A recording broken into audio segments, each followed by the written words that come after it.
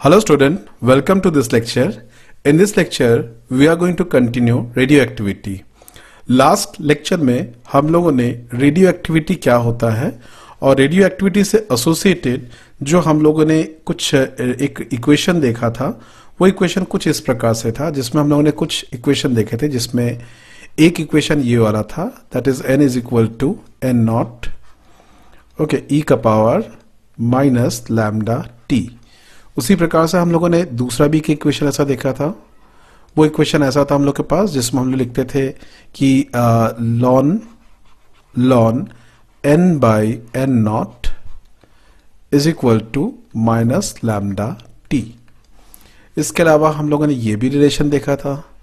Relation ऐसा था कि minus D N by D T, जिसको रेट ऑफ डिसइंटीग्रेशन बोलते थे, इज इक्वल टू हम लोग लिखते थे लैम्डा डी टी, या लैम्डा एन लिखते थे एक्चुअली, नॉट डी टी, इसको लैम्डा एन लिखते थे हम लोग, है ना। इसको हम लोग लिखते थे लैम्डा एन, तो ये होता था लैम्डा एन। क्लियर है ये? तो इसको थोड़ा सा ध्यान रखते हैं अपन लोग ना यहां से, तो ये बन जाएगा लैम्डा एन। तो ये कुछ रिलेशन हम लोगों ने देखा था। अब इन रिलेशन को देखते हुए हम लोग आगे चलेंगे। हम लोग इसमें एक चीज नया टर्म पढ़ेंगे जिसको बोलते हैं एक्टिविटी। यहां पे ये जो n था ये नंबर ऑफ एक्टिव न्यूक्लियाई को बोलता था या नंबर ऑफ अनडिकेड न्यूक्लियाई को बोलता था। लेकिन सवाल उठता है कि नंबर्स काउंट करना जो होता है एक बहुत बड़ा बात होता है, क्योंकि अगर एटॉमिक लेवल पे बात करें तो एटॉमिक लेवल पे 1 मोल जो होता है that is equal to 10 to the power 23 के ऑर्डर में रहता है, मतलब बहुत सारे छोटे छोटे। तो उसको ऐसा ना कैलकुलेट करके हम लोग इसमें कोई भी चीज रेडियो एक्टिविटी को अगर बताना है, वो रेडियो एक्टिविटी कितना फास्ट है, कितना स्लो है, कितना ज्यादा है, कम है, उसके लिए हम लोग एक नया टर्म यूज करते हैं। That term is called activity. तो चलिए देखते हैं ये एक्टिविटी होता क्या है। तो एक्टिविटी को डिफाइन करते हैं कुछ इस प्रकार से, जैसे हम लोग एक्टिविटी के लिए कुछ बुक्स में आर का नोटेशन यूज करते हैं, कुछ बुक्स में ए का नोटेशन यूज करते हैं, ये आपका चॉइस है। तो एक्टिविटी क्या होता है, जो ये जो D N by D T का मॉड जो होता है, जिसको अपन लैम्डा एन बोलते हैं, उसको हम लोग बोलते हैं एक्टिविटी। मैं फिर से रिपीट कर रहा हूं, इसके लिए चाहे तो आप लोग ए बोलो या इसको आर बोलो, उसको हम लोग क्या कहते हैं, एक्टिविटी कहते हैं। That is decay rate is called what, activity. मतलब इसमें हम लोग नंबर्स को काउंट नहीं करेंगे, तो इसलिए इन जनरल हम लोग इसको कुछ ऐसा लिख सकते हैं। और जहां पे आप चाहो तो जो लैम्डा इंटू एन नॉट जो दिखता है, जैसे लैम्डा एन, इसको हम लोगों ने एक्टिविटी ए लिखा है, ठीक। तो लैम्डा इंटू एन नॉट जो लिखेगा वो इनिशियल एक्टिविटी को बताएगा, इसलिए इस वाले पार्ट को हम लोग इनिशियल एक्टिविटी ए नॉट से एक्सप्रेस कर देते हैं, जिसके कारण हमारा जो फाइनल रिलेशन आता है वो A is equal to A naught e to the power minus lambda t आता है। तो that means you are getting expression in this format. ये एक फॉर्मेट में आपको एक्सप्रेशन मिलता है, ठीक है, ये एक्टिविटी के फॉर्मेट में। या फिर अगर किसी बुक में आर के फॉर्मेट में दिया है तो R is equal to R naught, इस प्रकार से हम लोग लिखते हैं, ठीक है। तो कुल मिला के बोलने का पर्पस ये होता है, उस आर नॉट या A naught is the rate of decay और activity at T is equal to 0, और आर या A rate of decay at T, मतलब ये रेट ऑफ डिके बताता, मतलब कितने एक्टिव न्यूक्लियाई है और कितने हैं वो नहीं बताता, कितने तेजी से डिके हो रहा है या कितने तेजी से हम लोग का मतलब एक्टिव है, उस चीज को हम लोग, उस रेट को हम लोग एक्टिविटी से एक्सप्रेस करते हैं। तो आर नॉट और ए नॉट क्या कहलाएगा, इनिशियल एक्टिविटी, और आर या आर ए है वो किसी टाइम टी पर जो एक्टिविटी है उसको बताता है।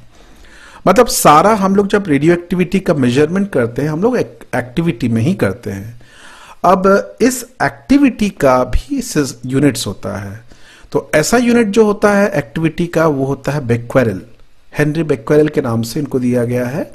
और भी यूनिट होते हैं जिसमें हम लोग लिखते हैं क्यूरी, रदरफोर्ड लिखते हैं, ठीक। अब 1 बेक्वेरेल क्या होता है, तो देखिए 1 बेक्वेरेल एक्चुअली होता है 1 डिसइंटीग्रेशन पर सेकेंड, मतलब 1 सेकेंड में कितना डिसइंटीग्रेशन हो रहा है उसको हम लोग बोलते हैं, हम लोग 1 बेक्वेरेल कहते हैं, ठीक है। उसी तरह से 1 क्यूरी जो होता है, 1 क्यूरी जो होता है वो 10 to the power 6 disintegration per second या 10 टू द पावर 6 बेक्वेरेल कहलाता है। और उसी तरह से एक और होता है जिसको बोलते हैं रदरफोर्ड, ये भी एक यूनिट होता है। तो 1 रदरफोर्ड जो होता है that is equal to 3.7 into 10⁶ disintegration per second. लेकिन इन सब में हमारे लिए जो ये वाला जो है ज्यादा इंपॉर्टेंस रखता है, क्योंकि ये एसआई सिस्टम है। एसआई सिस्टम में हम लिखते हैं इसको, हम लोग कई बार शॉर्ट में डीपीएस भी बोलते हैं। DPS stands for disintegration per second. ठीक है, ये अपने को क्लियर हो गया यहां से। चलिए अब हम लोग आगे बढ़ते हैं और आगे देखते हैं और इसके बारे में समझते हैं। तो देखिए, जैसे हम लोगों ने ये पढ़ा था, ये रिलेशन हम लोगों ने देखा था, ठीक है, और हम लोग चाहे तो इसको ऐसा भी लिख सकते हैं। अब यहां से देखोगे लैम्डा अगर हम लोग मानते हैं, ये जो लैम्डा का वैल्यू हम लोग लेते हैं 1/t ले लेते हैं, तो आप देखोगे यहां से रिलेशन आ जाएगा nt is equal to n0/e हो जाएगा। ठीक है, आप देख रहे हो यहां पर इस एक्सप्रेशन के हिसाब से। ठीक, अब क्या हो जाएगा, तो decay constant lambda is defined as the reciprocal of time in which the nuclei left is 1/e times of the nuclei at t is equal to 0। मतलब क्या होता है ये, क्यों, अब ये कहां से, किस लिए, एक्चुअली क्या होता है, ये जो डीके कांस्टेंट है ना, इसको भी कई बार मैथमेटिकली डिफाइन करने बोलता है।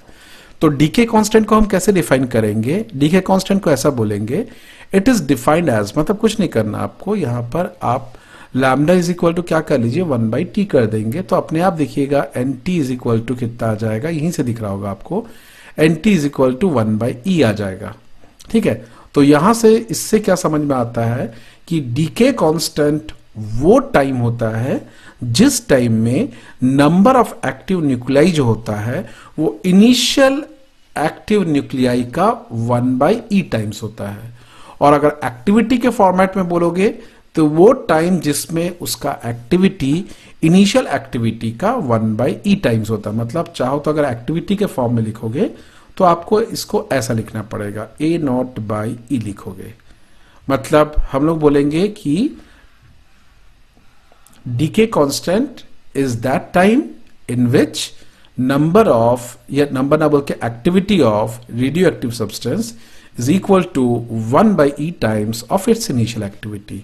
तो ये एक्टिविटी के फॉर्मेट में भी हम लोग इसको चाहे तो लिख सकते हैं।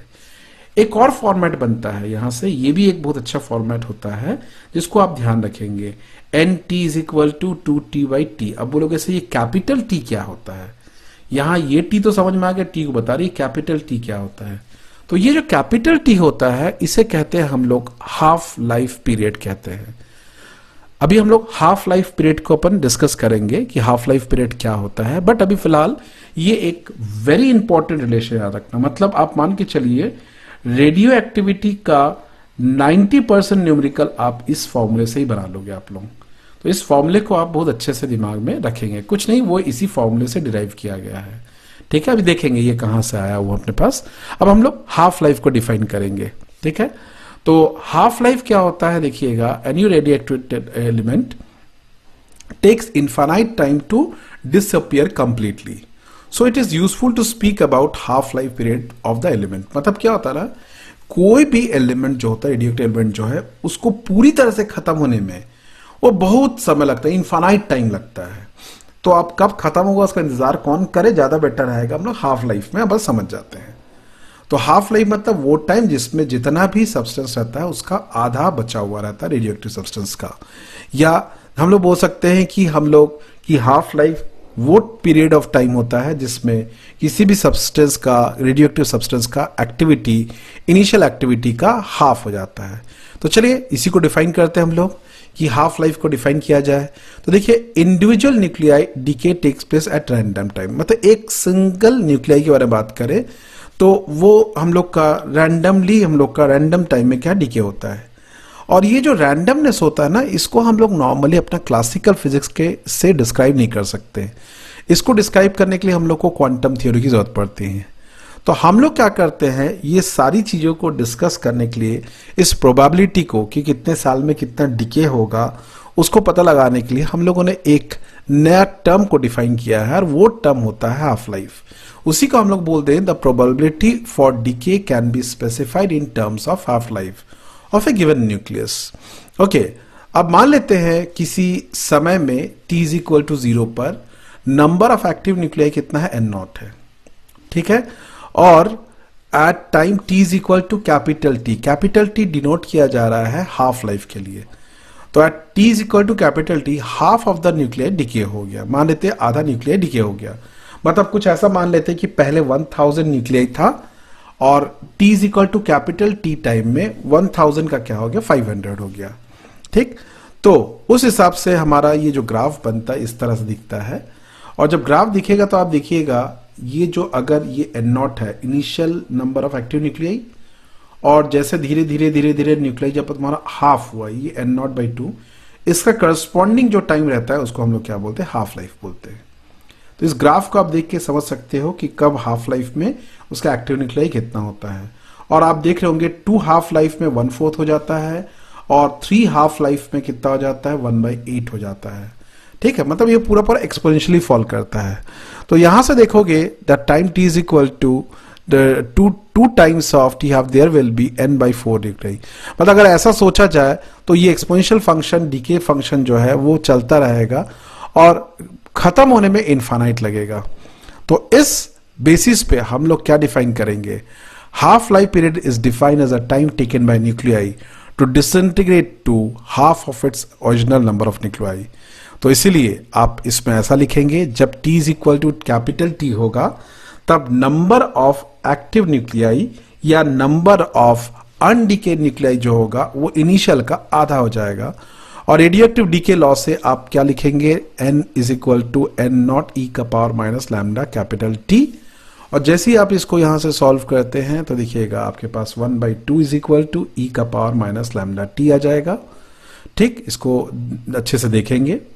इसके बाद आपको क्या करना है ठीक है, चलिए तो हमारे पास जो लैम्डा का रिलेशन हम लोगों ने निकाला था लास्ट टाइम उस रिलेशन में देखेंगे तो यहां से देखिएगा इस वैल्यू को रखिए और जैसे ही आप देखेंगे तो ये हाफ लाइफ के लिए हमारे पास वैल्यू आ जाता है। ठीक है, इतना आपको याद रखना पड़ेगा इस चीज को। ठीक है, चलिए अब आगे बढ़ते हैं हम लोग यहां से। तो यहां पे लैम्डा डीके कांस्टेंट है। ओके, अब हम लोग के पास ये था हम लोग का हाफ लाइफ। तो मतलब हाफ लाइफ के लिए आप ऐसा याद रखेंगे कि lambda is equal to T, lambda is equal to आप लिखेंगे यहां से ln 2 बाई आप लिख सकते हो यहां से टी हाफ, या लैम्डा इज इक्वल टू आप लिख सकते हो ln 2 बाई टी। ln 2 की जगह आप ऐसा कर दोगे, बल्कि यहां पर एक काम करेंगे आप, यहां पर एक काम कीजिए, यहां पर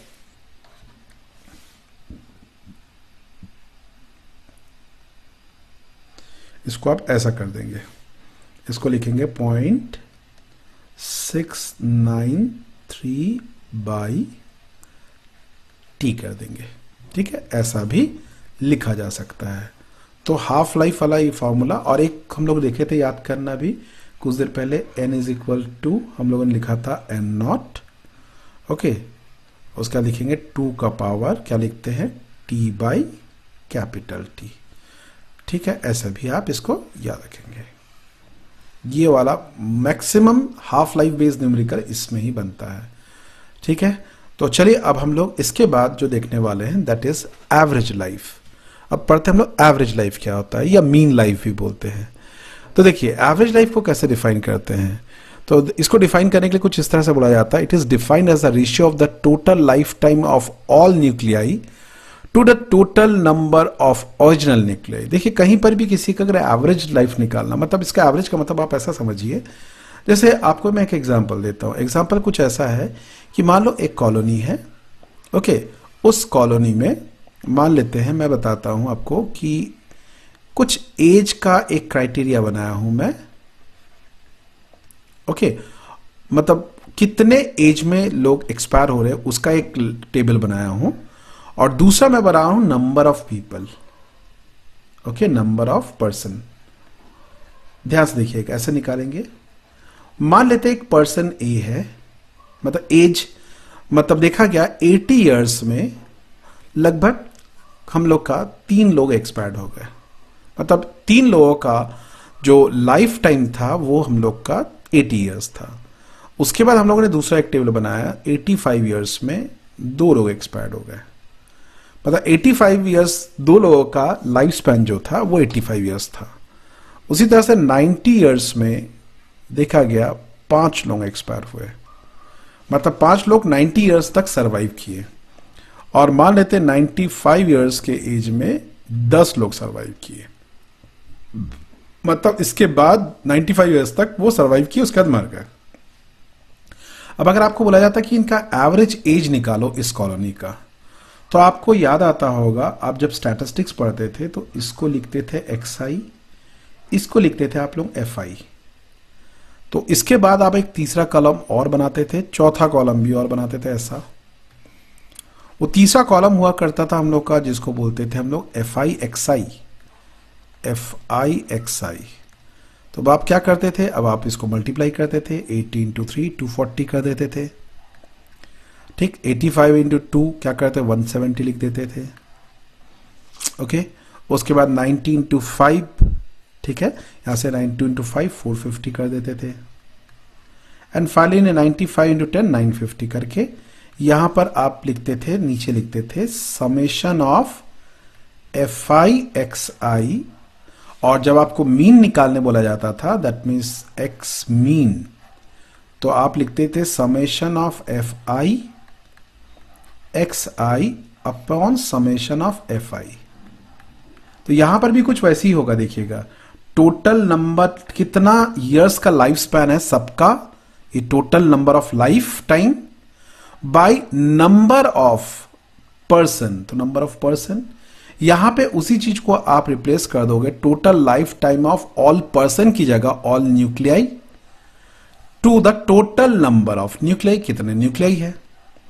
हम लोग एवरेज लाइफ को ऐसे कैलकुलेट करेंगे, जस्ट लाइक स्टैटिस्टिक्स। बस इसमें अंतर यह है कि स्टैटिस्टिक्स में आपको बहुत बड़े बड़े ब्रॉड वे में आप कैलकुलेट कर सकते थे, इसमें क्योंकि छोटा छोटा एक एक मॉलिक्यूल को, एक एक न्यूक्लियाई को चेक करना रहता है, इसलिए हम लोग यहां पर समेशन की जगह यहां पर कैलकुलस का यूज करते हैं। अब कैलकुलस के यूज करके क्या होने वाला देखिए, होगा mean life is equal to, हम लोग लिखेंगे total life of all atoms by total number of atoms. चाहो तो यहां पर total life of all nuclei upon total number of nuclei लिख सकते हैं। अब आप इसको चाहे तो आप इस प्रकार से लिख सकते हैं। अब यहां पर देखोगे इस तरह से, और ये आपने ऐसा लिखा dN/dt is equal to minus lambda n, और इन वैल्यूज को आप यहां पर पुट करेंगे। जैसे आप इसको पुट करेंगे तो देखिएगा हमारा एक्सप्रेशन कुछ ऐसा बन जाता है।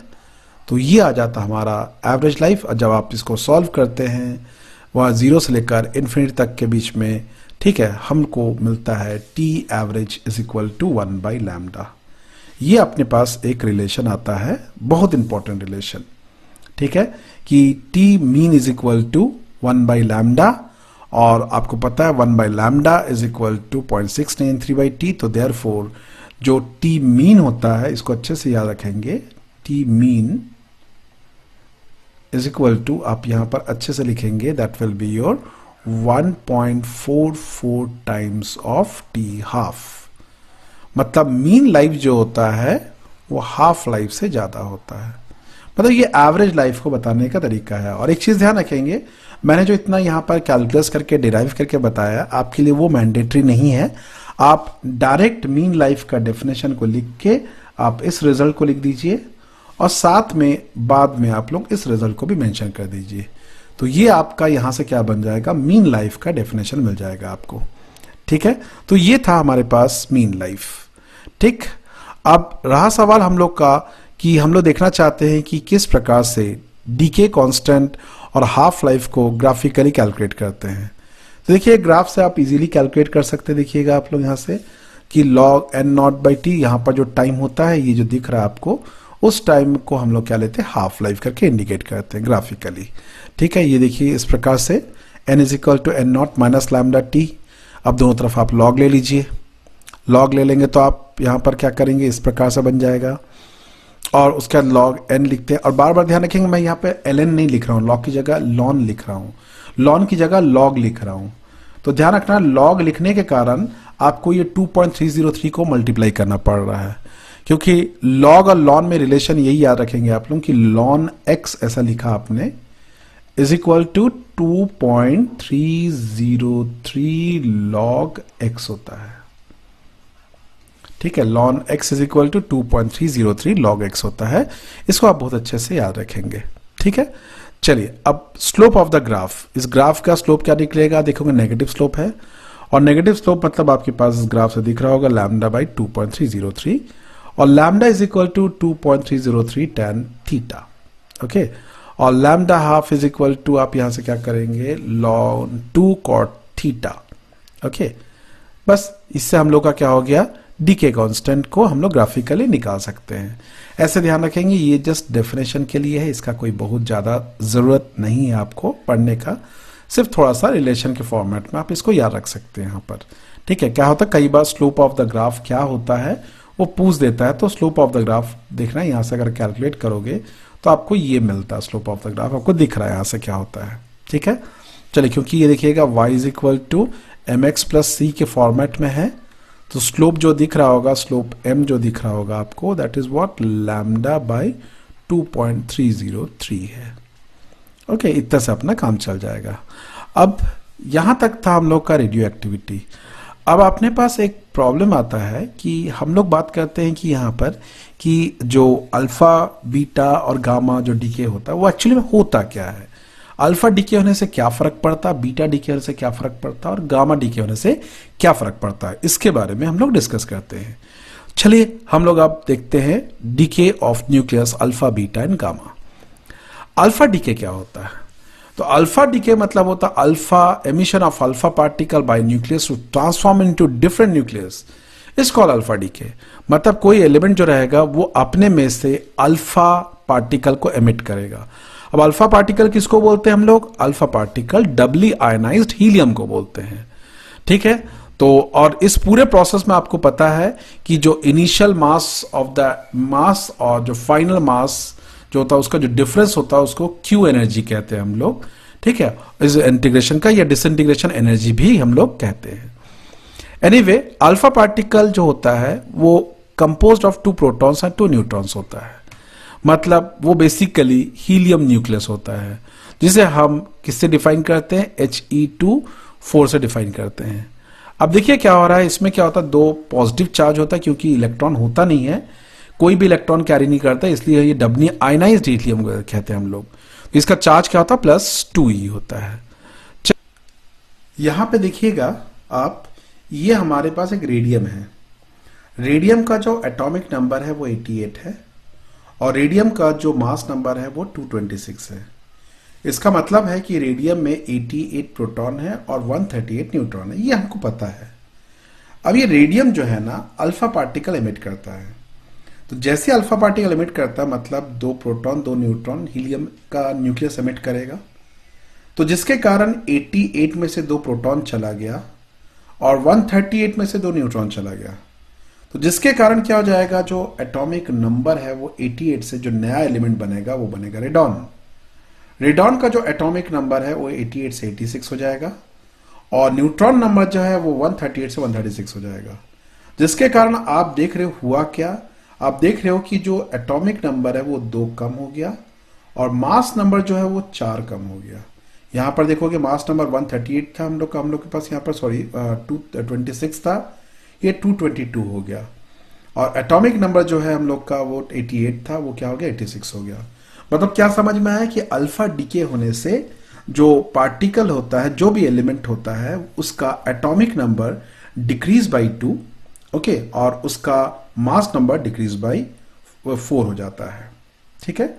तो डीके हम लोग का फॉलोइंग पैटर्न को ये करता है, तो ये कुछ इस प्रकार से रहेगा, parent nucleus is equal to daughter nucleus plus alpha particle, ठीक। अब जैसे आप देखोगे यहां पर अल्फा पार्टिकल में the daughter nucleus and the alpha particle are collectively known as decay product. जैसे यहां पर देखिए आप लोग, यहां पर क्या हो गया, ये जो है हम लोग का डॉटर न्यूक्लियस अल्फा पार्टिकल, ये होगा डॉटर न्यूक्लियस होगा, ये अल्फा पार्टिकल होगा, और इनको कलेक्टिवली क्या कहते हैं हम लोग, डीके प्रोडक्ट्स कहते हैं। ये था क्या हम लोग का, यूरेनियम था, ठीक है। और उसके बाद लेकिन एक बात ध्यान रखना है कि इस पूरे प्रोसेस में नंबर ऑफ न्यूक्लियॉन्स जो होता है कंजर्व रहता है। देखिए लेफ्ट हैंड साइड में टोटल नंबर ऑफ न्यूक्लियॉन्स कितना है 238, और राइट हैंड साइड में देखिएगा 234 प्लस 4 देखिएगा 238 है, मतलब दोनों ही तरफ नंबर ऑफ जो न्यूक्लियॉन्स रहता है वो हमेशा कंजर्व रहता है। उसके बाद नंबर ऑफ प्रोटॉन और न्यूट्रॉन आर सेपरेटली कंजर्व्ड, मतलब क्या हो जाएगा, नंबर ऑफ न्यूक्लियन अगर कंजर्व्ड है तो नंबर ऑफ न्यूट्रॉन और प्रोटॉन भी सेपरेटली कंजर्व। सेपरेटली मतलब अब ये थोरियम बन गया और हीलियम पार्टिकल, लेकिन अगर इन सबको सम करोगे तो ये पुराने के बराबर ही होगा, कहीं पर भी कोई प्रोटॉन भाग नहीं जाएगा अलग से। ठीक है, चलिए अब हम लोग बीटा डीके देखते हैं। तो बीटा डीके क्या होता है? बीटा डीके को हम लोग डिफाइन शो करते हैं बीटा सिंबल से, जो बेसिकली इलेक्ट्रॉन या पॉजिट्रॉन का एमिशन को कहते हैं। मतलब अगर न्यूक्लियस से इलेक्ट्रॉन या पॉजिट्रॉन निकले तो उसको बीटा डीके कहते हैं। अब आपके पास एक यहां पर क्वेश्चन आ सकता है, बोल सकते हो कि सर न्यूक्लियस में तो प्रोटॉन और न्यूट्रॉन होता है, वहां से इलेक्ट्रॉन कैसे निकलता है? तो देखिए वहां से क्या होता है, न्यूट्रॉन या प्रोटॉन का डीके होके ही वहां से पॉजिट्रॉन या इलेक्ट्रॉन निकलता है। ठीक है, अब जैसे क्या हो जाएगा, यहां पर इस पॉजिट्रॉन को हम लोग बीटा से शो करते, सॉरी इलेक्ट्रॉन को बीटा से शो करते हैं और पॉजिट्रॉन को बीटा प्लस से शो करते हैं। ठीक है, अब चलिए देखते हैं बीटा पार्टिकल्स क्या होता है, बल्कि इलेक्ट्रॉन होता है जिससे एटॉमिक नंबर जो होता है एक बढ़ जाता है, मास नंबर में कोई चेंज नहीं होता है। तो इसमें क्या होता है, बीटा को हम लोग लिखते हैं कुछ इस प्रकार से। देखिए कुछ इस प्रकार से हम लोग इसको शो करते हैं कि कोई एक एलिमेंट है जिस एलिमेंट का एटॉमिक नंबर Z है और मास नंबर कितना A है। जैसे ही उसमें से इलेक्ट्रॉन निकल गया तो उसका मास नंबर जो है वो इंटैक्ट रहा, लेकिन उसका जो एटॉमिक नंबर 1 बढ़ गया। अब ऐसा क्यों होता है, तो देखिएगा उसके बारे में मैं आपको बता रहा हूं। देखिए ऐसा होता है, तो एक्चुअली क्या होता है, बीटा डीके में न्यूट्रॉन का ट्रांसफॉर्मेशन होता है प्रोटॉन में विद इन द न्यूक्लियस, और वो इक्वेशन कुछ इस प्रकार से होता है। देखिए न्यूट्रॉन क्या हो गया, आपका प्रोटॉन में कन्वर्ट हो गया, साथ में इलेक्ट्रॉन निकला, और यहां पर एक एनर्जी पार्टिकल निकलता है। इस एनर्जी पार्टिकल को बोलते हैं anti neutrino. It is very similar to photon. Photon की तरह होता है, जिसका कोई चार्ज भी नहीं होता, जिसका कोई मास भी नहीं होता। अब यहां पर आप एक चीज देख रहे होंगे, अगर ध्यान से देखते हो कि ऐसा क्या हुआ। तो जैसे मान लो आपको मैं एक सिचुएशन बता रहा हूं, जैसे एक छोटा सा एक सिचुएशन बता रहा हूं कि ये हमारे पास एक न्यूक्लियस है। इस न्यूक्लियस के अंदर हम लोग मान लेते हैं, जस्ट फॉर एग्जांपल 2 प्रोटॉन है। ओके, 2 प्रोटॉन है और साथ में 2 न्यूट्रॉन है। तो इस कारण से ये जो एलिमेंट हो गया, इसका एटॉमिक नंबर कितना हो जाएगा, 2 हो जाएगा, और मास नंबर कितना हो जाएगा, 4 हो जाएगा, क्योंकि नंबर ऑफ प्रोटॉन से उसका एटॉमिक नंबर है। अब मान लेते हैं अगर ये बीटा डीके करता है तो न्यूट्रॉन का ट्रांसफॉर्मेशन किस में हो जाएगा, प्रोटॉन में। तो बीटा डीके करने से क्या हो जाएगा, देखेंगे बीटा डीके करने से ये प्रोटॉन हो गया, ये तो था ही प्रोटॉन, ये भी प्रोटॉन था, ये न्यूट्रॉन है, और ये न्यूट्रॉन जो है वो प्रोटॉन में कन्वर्ट हो गया है इस इक्वेशन से, और यहां से क्या निकल गया, इलेक्ट्रॉन निकल गया या बीटा पार्टिकल निकल गया। तो ऐसा सिचुएशन में आप देख रहे हो नंबर ऑफ प्रोटॉन कितने हो गए, 3 हो गए। तो मतलब अब जो एटॉमिक नंबर है वो हो जाएगा 3, और जो मास नंबर हो जाएगा वो अब अभी भी कितना रहेगा, 4 ही रहेगा, मतलब न्यूक्लियन नंबर। तो आपको यहां से दिख रहा है ये चीज कि जैसे ही बीटा डीके होता है एटॉमिक नंबर 1 बढ़ जाता, मास नंबर इंटैक्ट रहता है। ठीक है, इसको आप अच्छे से दिमाग में रखेंगे आपको। और साथ में ये एक एनर्जी पार्टिकल निकलता है, इस एनर्जी पार्टिकल को बोलते हैं हम लोग एंटी न्यूट्रिनो कहते हैं। ठीक है, चलिए इसके बाद हम लोग आगे बात करते हैं। अब क्या होता है बीटा प्लस में, क्या होता है मतलब पॉजिट्रॉन में क्या होता है। पॉजिट्रॉन में कुछ नहीं होता है, उसमें जो होता है हम लोग का न्यूट्रॉन जो होता है वो क्या करता है, हम लोग का प्रोटॉन जो होता है वो न्यूट्रॉन में ट्रांसफॉर्म होता है। मतलब कुछ इस प्रकार से होता है। ठीक है, इस तरह से दिखता है, उसमें न्यूट्रिनो निकलता था, इसमें एंटी न्यूट्रिनो निकलता था, और इस कारण से इसमें क्या होता है, प्रोटॉन एक कम हो गया, न्यूट्रॉन में बदल गया। तो इसीलिए मास नंबर में कोई इफेक्ट नहीं पड़ता है, लेकिन एटॉमिक नंबर 1 कम हो जाता है, क्योंकि प्रोटॉन डीके होकर न्यूट्रॉन में बदल गया। ठीक है, यहां पर अब थोड़ा सोचने वाली बात बोलोगे सर प्रोटॉन का जो मास होता है वो न्यूट्रॉन से कम होता है, तो फिर वो डीके होकर न्यूट्रॉन कैसे बन जाता है। तो इसके पीछे का कारण ये होता है कि प्रोटॉन जो होता है वो न्यूक्लियस के अंदर डीके होता है, और न्यूक्लियस के अंदर डीके होने का मतलब क्या होता है, वो शायद कुछ एनर्जी को क्या करे, गैदर करके मास में कन्वर्ट करके उसको न्यूट्रॉन बना देता है। जो मास डिफेक्ट पढ़ते थे हम लोग, उससे ऐसा होता है। इसका एग्जैक्ट रीजन अभी भी क्लियर नहीं है, बट कुछ ऐसा फिनोमेना न्यूक्लियस के अंदर होता है। लेकिन ये वाला जो प्रोसेस है ये न्यूक्लियस के बाहर भी पॉसिबल होता है। ठीक है, चलिए अब आगे चलते हैं हम लोग। अब बात करते हैं गामा डीके के बारे में, बात करते हैं कि गामा डीके में क्या होता है। तो गामा डीके में कुछ नहीं होता, गामा एक्चुअली में एक रे है। ओके, क्या होता है, जब एक्साइटेड न्यूक्लियस जब ग्राउंड स्टेट में आता है तो वो क्या करता है, रेडिएशन एमिट करता है, और उस रेडिएशन को बोलते हैं हम लोग गामा डीके कहते हैं। तो ये गामा डीके में ना तो एटॉमिक नंबर बढ़ता है, ना ही एटॉमिक नंबर कम होता, ना ही मास नंबर बढ़ता है, ना मास नंबर कम होता है। ठीक, इसीलिए आपका इस केस पे गामा डीके में फोटॉन्स प्रोड्यूस होता है, और उसका जो पैटर्न होता है वो कुछ इस प्रकार से होता है, parent nucleus is equal to daughter nucleus plus gamma ray. और इसमें आप देखोगे, एग्जांपल में देखोगे, कुछ आपको ऐसा दिखेगा, देखिएगा कुछ नहीं हो रहा है। 234 इज इक्वल टू PA91, 234 बड़े गामा निकल गया। तो बोलोगे सर ये हुआ क्या? एक्चुअली क्या होता है, जब हम लोग का अल्फा या बीटा डीके होता है ना, तो अंदर के जो न्यूक्लियस होते हैं वो कुछ बाहर निकलते हैं, जिसके कारण अंदर के एनर्जी लेवल में वेरिएशन होता है। तो उस वेरिएशन के दौरान जो न्यूक्लियस होता है वो हमारा तब एक्साइटेड स्टेट में होता है। तो एक्साइटेड स्टेट को दिखाने के लिए अपन ऐसे दिखाते हैं, एक्साइटेड स्टेट में जब वो ग्राउंड स्टेट में आता है तो वो उस एनर्जी डिफरेंस को गामा रेज के फॉर्मेट में वो क्या करता है, एमिट कर देता है।